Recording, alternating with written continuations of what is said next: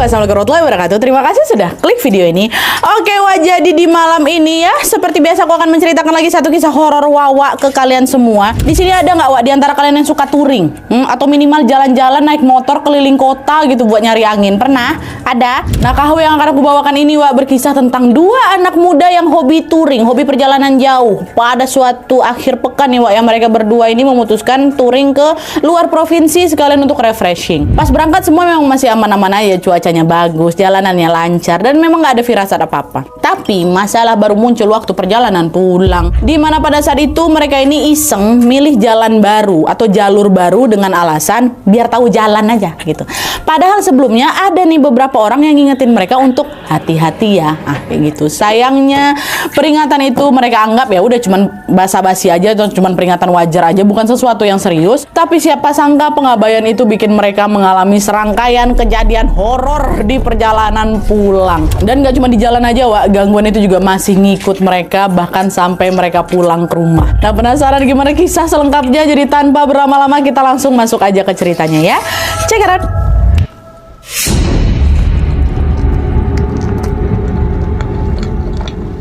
Oke, jadi kisah yang aku ceritakan ini dikirim sama Wawa kita yang bernama Mas Dimas dari Bandung. Halo Mas. Nah, jadi pengalaman horor ini dialami Dimas waktu tahun 2020 kemarin, waktu dia lagi touring sama temannya yang bernama Alman. Jadi ceritanya waktu itu Dimas ini masih kuliah di salah satu kampus yang ada di Bandung, Wak. Dan dari semua temannya, Alman lah yang paling dekat sama dia. Soalnya mereka ini sama-sama suka touring gitu. Tiap ada waktu senggang, mereka ini pasti langsung gas Wak untuk touring. Kemana aja lah, pokoknya naik motor kemana-mana. Nah, di suatu hari, tepatnya pada hari Sabtu, Wak, Dimas sama si Alman ini berencana liburan ke salah satu spot wisata yang ada di Tasikmalaya. Mereka sepakat berangkat jam 7 pagi. Tapi mereka waktu itu boncengan satu motor aja, Wak, bukan motor masing-masing. Alman yang nyetir, Dimas yang duduk di belakang, Dimas yang dibonceng. Nah, waktu di perjalanan nih, udah ngegas kami, belum sampai Tasik lagi, Alman nggak sengaja lihat papan penunjuk arah, Wak. Tulisannya Jogja 360 km.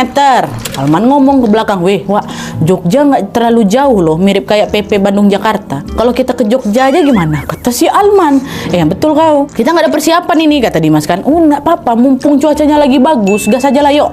Ayo, kata Dimas. Tapi kau yang nyetir duluan ya, nanti gantian, kata Dimas. Adalah tuh, akhirnya betul Wak. Nggak jadi mereka ke Tasik, mereka pun nekat pergi ke Jogja, berbekal sama Google Maps saja kami Nadia. Nah, menurut Maps, mereka ini bakal sampai di Jogja sekitar 12 jam lagi. Mereka sepakat buat nyetir gantian, 6 jam Alman, 6 jamnya Dimas gitu. Waktu itu Google Maps ini mengarahkan mereka lewat jalur selatan, Wak. Nah, jalur selatan ini adalah jalur panjang yang membentang dari Bandung sampai ke Jawa Tengah bagian selatan. Nah, pas berangkat ini, langit memang masih cerah, situasi jalan juga belum terlalu ramai. Tapi begitu kami masuk ke area hutan, suasananya langsung berbeda di situ. Belokannya makin banyak ya kan, kanan kiri itu udah hutan-hutan rapat tuh, Dan waktu itu entah kenapa hampir nggak ada kendaraan yang lewat. Ya ada, cuma jarang gitu loh. Dimas sempat mikir, kok makin sepi nih. Tapi dia nggak ngomong ke Alman supaya si Alman ini fokus nyetir ya. Nah, setelah beberapa jam di jalur hutan, mereka pun keluar ke perkotaan untuk mencari makan. Habis makan, Dimas sama si Alman ini gas lagi lah untuk supaya cepat sampai. Tapi pas kami baru mau naik motor, Nadia, ada bapak-bapak tiba-tiba aja nepuk bahu aku. "Hati-hati ya Mas," kata dia kayak gitu. Nada bicaranya juga serius sekali, sampai-sampai sempat terdiam aku Nadia. Nggak lama baru aku bilang, "Oh iya Pak, makasih ya." Di sini Dimas juga nggak mikir aneh-aneh, wajar aja lah ya dia bilang kayak gitu. Bapak ini kan tahu kami lagi mau siap-siap jalan ya kan. Karena setelah itu mereka tetap lanjut jalan tuh, menembus panasnya jalur selatan. Tapi belum lama mereka jalan, tiba-tiba hujan deras sekali, macam air yang ditumpahin. Mereka memutuskan untuk neduh bentar lah itu di pom bensin. Sambil nunggu hujan reda, Dimas mampir ke warung kelontong, Wak, yang memang nggak jauh dari pom bensin tadi buat beli rokok. Sementara si Alman masih neduh tuh di pom bensin, nggak ikut dia ke warung. Nah, pas sudah di warung mau bayar itu rokok, si ibu warung itu nanya, "Dari mana Mas, mau kemana?" Katanya. Dimas bilang, "Kami dari Bandung Bu, mau ke Jogja." Tapi setelah Dimas ngejawab itu, ibu tuh langsung diam deh. Terus pandangannya tertuju ke belakang aku, ke belakangnya si Dimas.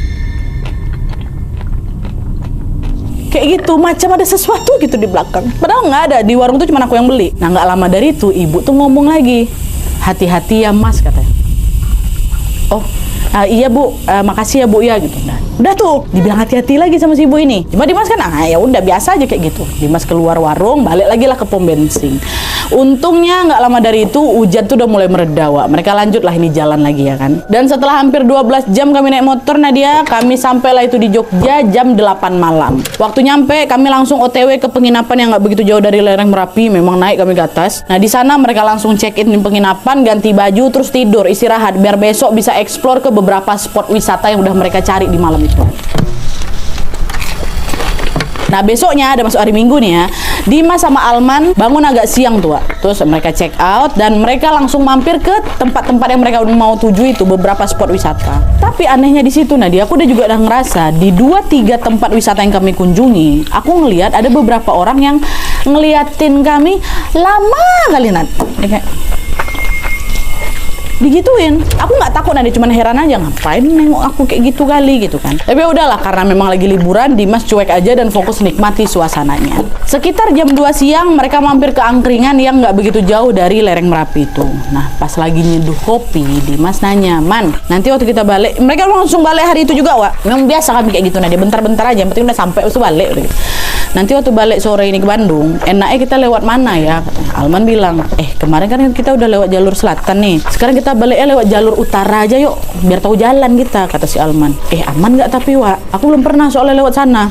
Aman, aku tinggal tengok map saya kan bisa, nanti aku aja yang nyetir, kata si Alman. Nah di situ Dimas tuh sebenarnya masih agak ragu, Wak, karena belum pernah lewat sana. Tapi karena Alman kedengarannya meyakinkan, ya udah aku ngikut-ngikut aja Nadia. Udah selesai makan, nongkrong bentar apa segala macam, baliklah mereka. Mereka kebetulan memang cuma 1 hari aja Wak di Jogja. Nah, setelah menentukan jalur utara tadi, mereka siap-siap pulang supaya nggak kesorean. Pas mau ngambil motor di depan angkringan, Wak, tiba-tiba datang lagi di tukang parkir. Hati-hati ya Mas, kata dia kayak gitu lagi. Denger itu Nat, itu kan sebenarnya biasa kan, cuman aku agak kaget. Oke, ini udah ketiga kalinya nih aku diingetin untuk hati-hati. Pertama bapak-bapak kemarin, terus ibu warung, sekarang tukang parkir. Sebenarnya itu kan memang peringatan yang wajar kan, Wak. Cuma yang bikin aneh itu nada mereka bertiga tuh sama-sama tegang, Wak. Biasa kan, hati-hati ya Mas, sambil ngeluarin motor nggak? Hati-hati ya Mas. Kayak gitu, semua pada natap aku serius semua kayak gitu Nadia. Itulah kenapa aku ngerasa janggal. Cuma ya udah, aku tetap senyum sama si Mas itu, aku bilang makasih, habis itu kami pergi. Udah ngegas, motor kan si Alman yang nyetir lagi kan. Mereka lanjut lah masuk ke jalur utara seperti rencana awal.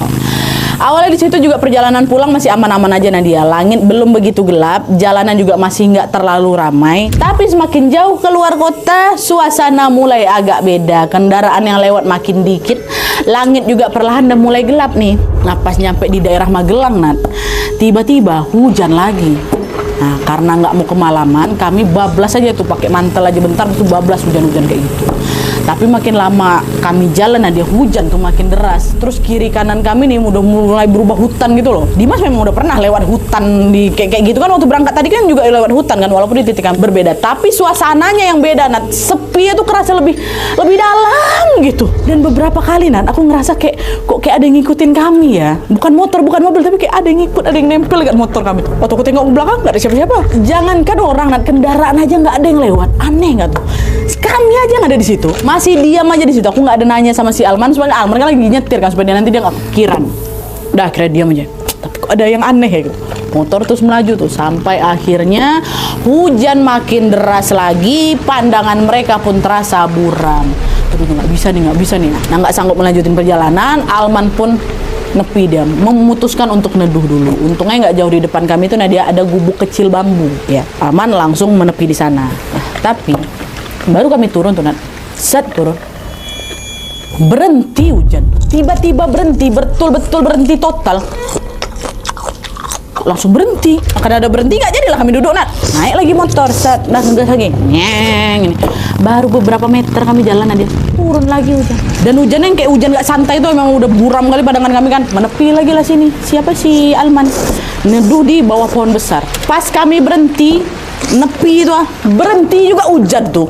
Apa nih? Tiap mereka berhenti, hujannya juga berhenti, Wak. Nanti mereka jalan, hujannya makin deras lagi. Kayak di atas tuh ada keran shower Nat, yang bisa dihidup nyalakan. Nah, kayak gitulah kurang lebih bayangannya. Alman mungkin gara capek nyetir kan, ngomel di sini. Apa kayak gini nih? Gitu marah dia, Wak. Dimas cuma bilang, cuaca lagi nggak beres nih Man. Udahlah, kita tunggu bentar aja. Kalau memang betulan berhenti, baru kita lanjut ya, kata si Dimas. Di situ sebenarnya aku udah ngerasa aneh kali Nadia, tapi aku berusaha tenang supaya Almannya juga nggak tegang ya kan. Akhirnya, dah tunggu aja sini dulu, ngerokok aja dulu dah. Benar-benar sebat 2 batang lah itu Nadia. Hujan memang nggak datang lagi. Betulan berhenti lah gitu. Feeling aku ini kayak betulan berhenti nih kan. Di situ mereka lipatlah mantel, lanjutlah jalan lagi. Lanjut ngegas nih. Nah untungnya tuh mereka ngegas, nggak hujan lagi Wak. Cuman di situ hari udah gelap Nadia. Satu-satunya sumber cahaya kami ya udah cuma lampu motor tuh aja. Dan makin lama kami jalan, aku mulai ngerasa nggak yakin. Ini jalur nih benar apa enggak ya? Soalnya selain gelap, selain sepi Nadia, HP aku tuh tiba-tiba hilang sinyalnya. Maps mereka tuh nyandat. Kok hilang sinyal nih? Nah di tengah kebingungan itu tiba-tiba muncul sorot lampu mobil sedan Wak dari belakangnya. Alman agak langsung minggir dikit kan. Dipotong mobil nih. Dipotong mobil ini motong mereka. Terus dia belok kanan Wak. Nah nggak lama Alman nanya, Dim kita belok mana nanti Dim? Pas pula waktu dia nanya sinyal HP muncul lah dia. Wak bisa-bisa nih belok kanan, udah ikutin mobil tadi aja kata si Dimas ya kan. Belok kanan lah ini si Alman. Tapi begitu mereka belok Wak, mobil sedan itu udah nggak ada, hilang orang masih nampak dia belok tuh, kami ikut juga belok hilang. Itu mereka berdua kayak macam sama-sama tahu aja gitu kan, hilang mobil tuh nggak ada jejak. Cuman waktu kami belok kanan itu kami dihadapin lagi sama pertigaan Nadia. Ada jalan yang ke kanan, ada lagi jalan yang ke kiri. Jalan ke kanan tuh maksudnya lurus tadi itu, terus ada jalan bebelah lagi, belok ke kiri. Alman nanya lagi, mobil tadi belok kemana ya Wak? Dimas langsung tengok ke kiri, jalan yang kiri kan. Ternyata di sana gelap, nggak ada lampu, dan jalannya juga kelihatan agak macam nanjak gitu loh Sementara yang kanan, yang harusnya mobil tuh lewat sana itu jalannya datar. Tapi memang ada daun-daun kering yang numpuk-numpuk di jalan gitu. Dimas bilang, udah Wak belok kanan aja lah. Biasanya kanan lebih baik. Tangan kanan kan baik. Udah kanan aja. Dah Alman langsung belok lah ini, ngikutin perintah si Dimas. Baru beberapa meter kami masuk mereka langsung ngerasa janggal lagi. Jalan itu yang kelihatannya tadi mulus aja, mulus ya, memang cuma ada beberapa daun-daun ketumpuk aja. Rupa ya rusak parah, dan saking banyak daun kering yang numpuk di sana, motor kami tuh macam nggak bisa lewat tuh loh Nadia. Nggak betul ini kata si Dimas kan. Akhirnya dia ngomong, Man putar balik Man, kayak kita salah jalan ini katanya. Nah, Alman langsung putar balik tuh, balik lagi ke pertigaan tadi. Berhentilah di situ. Nah di situ Dimas coba buka maps lagi, buka kan, aduh sinyal tuh hilang timbul Nah di momen ini matanya si Dimas nggak sengaja ngelihat ke arah rumpun bambu yang memang nggak begitu jauh dari tempat mereka berhenti. Bambu-bambu tuh tinggi Nadia, rapat-rapat semuanya, dan hampir macam menutupi separuh jalan yang ada di situ kan. Terus nggak lama tiba-tiba terdengarlah suara laki-laki ngomong gitu Wak, suaranya jelas sekali Wak, dan dari arahnya suara tuh muncul dari sela-sela bambu tuh lah. Dan yang dengar itu bukan cuma aku Nadia, si Alman dengar juga. Wak dengar gak? Suara apa tuh? Gak tahu aku. Udah langsung naik motor lagi, dah gas saya. Jangan kau tengok ke sana ya katanya. Awak ada gemeter digas lagi sama si Dimas. Tapi gara aku penasaran, aku lirik dikit lah itu pakai ujung mata Waktu aku lirik betul Wak, di bambu itu, di dekat rentetan bambu itu ada sosok hitam besar melotot ke arah aku, matanya merah, hitam besar kali, melebihi siapa itu lah, melebihi si bambu tuh. Langsung teriak, cepat man, udah belok kiri aja kata siapa, kata si Dimas ya kan. Alman langsung belok kiri, kita belok jalan kiri yang satu lagi tuh. Tapi baru dia ngegas semua, tiba-tiba ngerem sih, mendadak oleng gitu loh motor si Alman. Ngapa man, ngapa? Wah, ada anak kecilnya berang. Waktu aku mana udah nggak ada, kata dia kayak gitu. Astagfirullahaladzim, udah merinding aku. Udah Wak, istighfar, cepat gas lagi kata si Dimas. Gas langsung siapa ini si Alman. Astagfirullah, sudahlah kami terpekik-pekik di jalan. Astagfirullahaladzim, doa dong lagi. Terus tiba-tiba si Alman ini pula, Wak, aku cium bangkai gak Wak? Cium bangkai gak? Iya aku cium. Udahlah diam aja kok, ngegas lagi cepat, nanti diganggu kita nih. Kecium bau bangkai Nadia. Itu padahal kami ngebut ya. Bau bangkai itu macam ketempel di hidung kami itu Jangan kau berhenti ya, fokus ke Alman ya. Si bawa udah kau diam aja, cepat ngegas. Wow, langsung digas lagi sama si Dimas, sama si Alman. Untungnya beberapa saat kemudian udah agak tenang tuh Udah gak ada lagi bau busuk. Terus udah agak kayak lepas lah kami dari rasa ketakutan itu. Gak lama ada gubuk kecil di sebelah kiri kami Nadia. Terus di depannya itu ada lampu teras ya, warna merah lampu terasnya. Terus di depan gubuk tuh ada meja kayu yang biasanya kayak dipakai buat di angkringan gitu lah. Dah ada di situ, kelihatan lah, lumayan ikonik lah ya kan. Oh ada gubuk gitu. Coba kami lewat aja, nggak mau kami berhenti kan. Nah jalan lagi nget. 5 menit kemudian nampak lagi gubuk yang sama. Ada lampu merah di depannya, ada meja kayu di depan tuh. Bahkan ada ember biru di pojokan gubuk tuh, ada ember biru. Ini bukan gubuk yang tadi ya, Wak. Mungkin mirip aja, Wak. Tadi soal aku nggak ada nengok ember biru. Ini kan ada ember biru. Mungkin beda, pasti beda. Nah, udah ngegas lagi aja kok. Lanjut jalan lagi nih. Tapi untuk ketiga kalinya, ketemu lagi kami gubuk itu nanti. Ketemu lagi. Dan kali ini Alman sampai pelanin motor. Dipelaninnya motor ya, ditengoknya. Betul, ada lampu merah, ada meja angkringan, ada si ember biru itu. Wak, ini nggak iya nih. Ini tempat yang sama nih, Wak. Udah bingung kami di situ. Nah, jalannya tuh nggak berubah. Kami tuh yakin terus saja, terus jalan lurus gitu. Nggak ada belok, nggak ada kemana-mana, lurus. Tapi itu lagi yang kami tengok 3 kali. Nah, sadar ada yang janggal. Dimas dapat ide. Berhenti kau, kata siapa? Kata si Dimas. Kan nekat aku. Berhenti, Nat. Berhenti, Wak. Turun dia. Di situ Dimas mau taruh botol minumnya, Wak. Botol minum yang dia bawa di atas si meja gubuk tadi. Tujuannya apa? Untuk nandai nih, apa betul kami stuck di jalur yang sama apa enggak nih ya kan. Taruh dat botol minum aku di situ. Setelah taruh, sebat kita dulu, merokok mereka bentar. Udah tenang kau, lanjut kita lagi, gas, kata si Alman. Nanti kalau misalnya kita nggak lewat sini lagi gimana? Nggak apa-apa botol minummu, bantai nggak apa-apa. Dah yuk lah, ngeng gitu kan, gas lagi nanti. Semoga kami cepat keluar dari ini, paling nggak masuk pemukiman lah gitu kan. Ini hutan kiri kanan. Itu ngegasnya, pupus harapan tuh kan. Karena baru aja ngelanjutin perjalanan ini. Dari kejauhan kami udah tengok cahaya merah temaram, ya kan? Pas sudah agak makin dekat tuh Nan, itulah gubuk itu. Gubuk yang baru aja kami lewatin di belakang, yang di atas mejanya ada botol minum aku Nan, ada di situ. Iya Wak, cuman apa tuh? Apa tuh? Di situ ada sesuatu yang sedikit beda. Di depan meja gubuk itu ada cewek, nah dia cewek berkebaya kain jari, rambutnya dikonde tapi acak-acakan, dan di tangannya ada keranjang bambu macam orang habis belanja tuh. Ada si cewek tuh. Ngelihat itu Dimas kaget deh.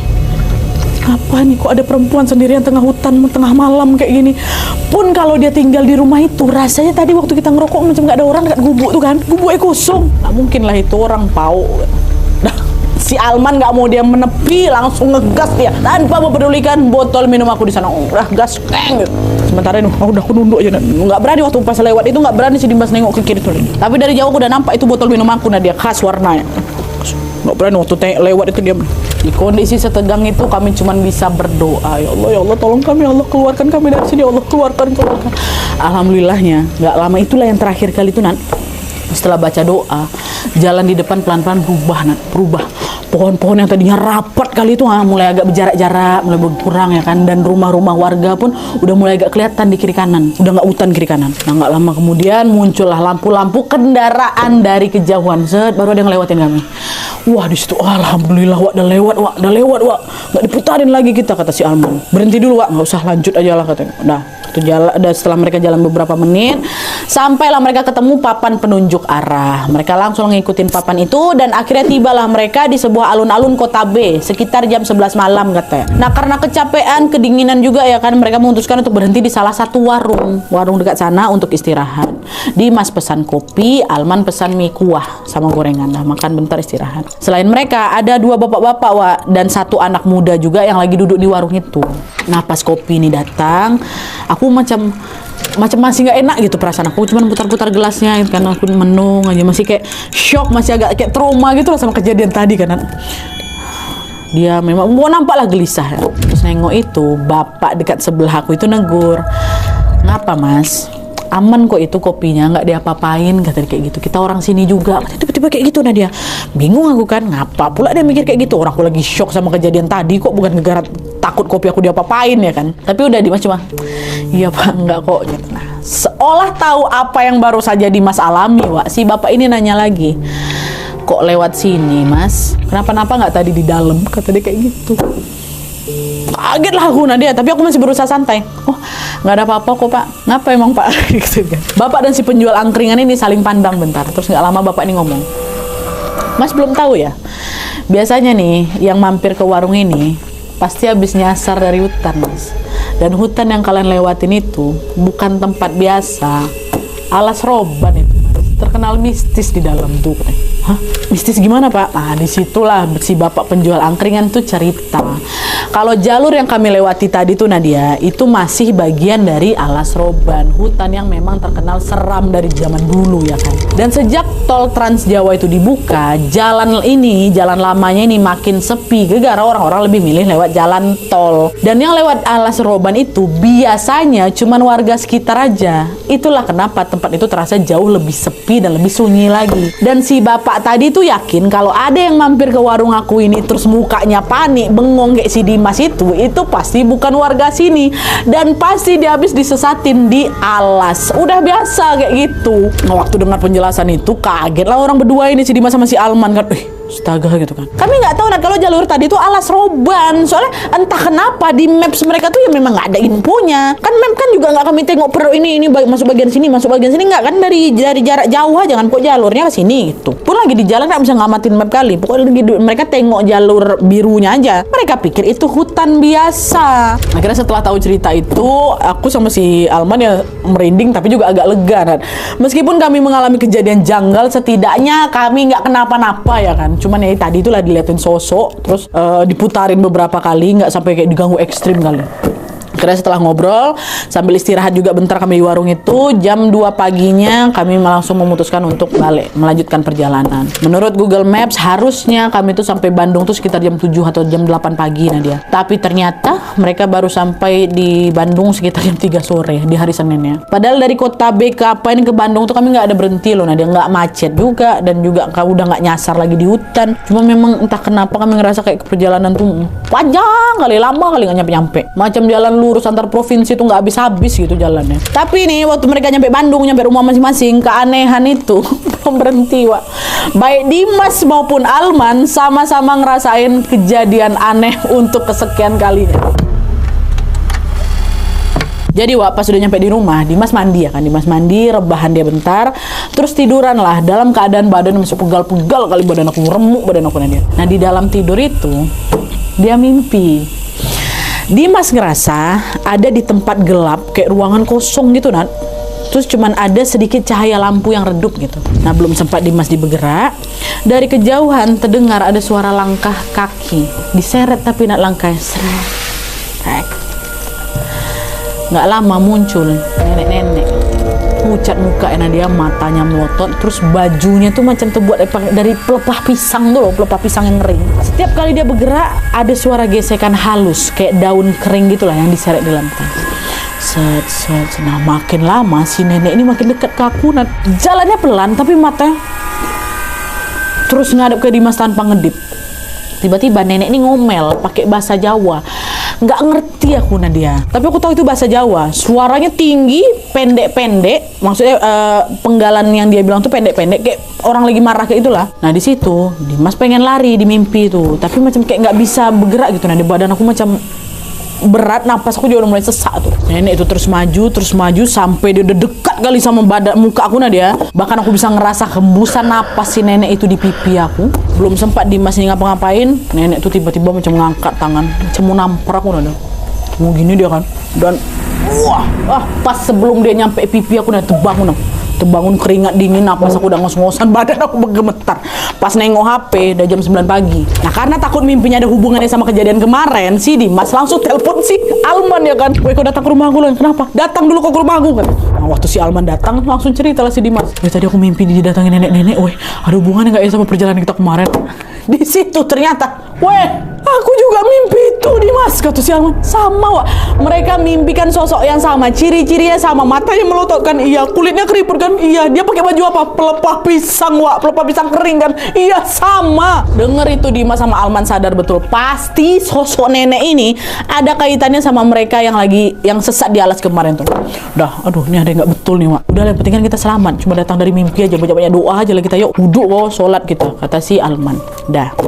Lakukan tuh, dia sholat, aku kan takut kenapa-napa. Hari-hari setelahnya Alman sama Dimas balik lagi ke rutinitas Wak. Mereka kuliah, mereka main, kadang-kadang juga mereka touring lagi nih. Meskipun berusaha melupakan kejadian waktu itu, tapi tetap aja kami berdua masih agak kepikiran Nadia, karena nggak pernah kami diganggu kayak gitu selama touring. Dan bukan cuman itu aja Wak, soal si nenek tadi itu rupanya masih sering muncul juga di mimpi mereka. Masih. Dan sampai di titik itu pun Alman sama Dimas nih masih nggak tahu ngapa mereka disasarin kemarin, kenapa lihat mbak-mbak bekonde, dan kenapa si nenek yang sama ini selalu muncul di mimpi mereka. Mereka nggak tahu, mereka mencoba melupakan, tapi mereka sebenarnya masih kepikiran. Baru sampai 2 tahun kemudian Nadia kejawab itu kenapa. Jadi waktu itu di suatu sore Alman lagi main ke rumah kawannya namanya Robert. Mereka ngobrol ya kan, dan lama-lama nyerempet lah nih ke obrolan mistis. Nah di situ Alman cerita tentang kejadian pengalaman kami waktu sesat di alas itu. Nah waktu dia cerita, orang tuanya si Robert itu lagi ada di situ, nimbrung juga dengerin obrolan aku. Nah begitu Alman selesai cerita, mamanya Robert bilang, mama si Robert ini Nadia indie home juga, dia maksudnya punya, bisa tahu lah kayak gitu. Mas, jalur yang kalian lewatin itu memang dijaga. Kalau orang luar masuk tanpa izin, biasanya diputarin terus sampai nggak bisa keluar loh Mas. Tapi kalian dilepas, soalnya kalian ada yang ngejagain. Kaget si Alman disitu kan, maksudnya gimana Bu, dijagain siapa? Di situ Ibu Robert bilang, waktu si Alman cerita barusan ini, dia ngerasa ada sesuatu yang ikut sama si Alman, tapi bukan yang jahat. Menurut penglihatannya si Ibu Robert Alman ini, kawan aku nih Nat, punya penjaga dari leluhurnya, sosok kakek-kakek yang ngejagain si Alman ini. Bingung si Alman kan, kok beda, yang muncul di mimpi kami kan nenek-nenek Bu, katanya. Ibu si Robert jawab lagi, ya memang beda sosoknya. Kakek-kakek itu penjaga dari leluhur kau. Nah, nenek-nenek yang datang ke kalian itu penghuninya, salah satu penghuni alas Roban tuh. Masih menurut ibunya Robert, Dimas sama si Alman itu diganggu gegara energi penjaga si kakek-kakek Alman ini bentrok sama penghuni yang ada di alas. Sosok-sosok di alas marah, nggak suka dia nengok si yang ngikutin si Alman ini, yang ngejagain si Alman ini, maka ya mereka disesatkan di situ. Kalian masih beruntung loh Dek, kata mama si Robert, masih beruntung kalian nggak sampai terluka fisik dan kalian masih bisa balik ke dunia manusia. Dari dengar itu waktu aku diceritain sama si Alman, udah nggak mau lagi aku ambil rute yang serandom itu. Sekarang nih kalau aku mau touring, aku harus pilih dulu jalur perginya lewat mana, jalur pulangnya lewat mana. Udah kita pilih jalur yang rame, yang biasa dilewati orang. Nggak usah pandai lah aku Alman buka-buka jalur baru, kata tengok coba jalur baru, nggak usah. Nah soal yang si ibu-ibu warung nengok di belakangnya si Dimas itu apa? Itu aku nggak tahu Nat. Aku nggak tahu juga, mau tanya sama siapa aku. Oke, jadi itu tadi kisah Dimas dan Alman yang tersesat di alas ini Dari kejadian mereka kita bisa belajar satu hal penting ya. Perjalanan itu bukan cuma soal sampai tujuan, tapi juga soal gimana kita menghargai tempat-tempat yang kita lewati. Kadang kita tuh memang ngerasa semua yang mana-mana aja padahal setiap wilayah itu punya aturan dan penjaganya masing-masing. Sebenarnya Dimas sama si Alman ini tuh cuma niat jalan-jalan aja kan ya. Cuma jalan-jalan aja niatnya kami Nadia. Tapi mereka malah masuk ke jalur sepi dan malah masuk ke tempat yang terkenal angker. Untung masih terlindungi mereka ini dan masih bisa pulang dan masih bisa cerita juga ke kita tentunya. Soalnya kan banyak juga kan orang-orang di luar sana yang tidak seberuntung Dimas sama si Alman ini. Ini pokoknya buat kalian yang suka touring, yang lagi kerja di luar kota atau yang lagi sering lewat jalur alternatif, tetap hati-hati ya. Semoga pengalaman Dimas sama si Alman ini bisa menjadi pengingat kecil untuk kita semua supaya selalu berhati-hati.